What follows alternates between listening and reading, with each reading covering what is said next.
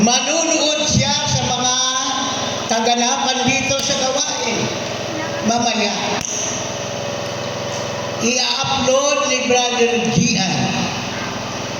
Kasi hindi po tayo live ngayon kasi walang wifi, walang kuryente. Pero sa oras na ito, binabati natin ng sabay-sabay ng happy anniversary ang ating kapatid na Sister Rose sa gawain ng Panginoon. Isigaw natin sabay-sabay, sabihin natin, Happy Anniversary! Happy anniversary! New Malacan! Sabihin natin, Happy Anniversary!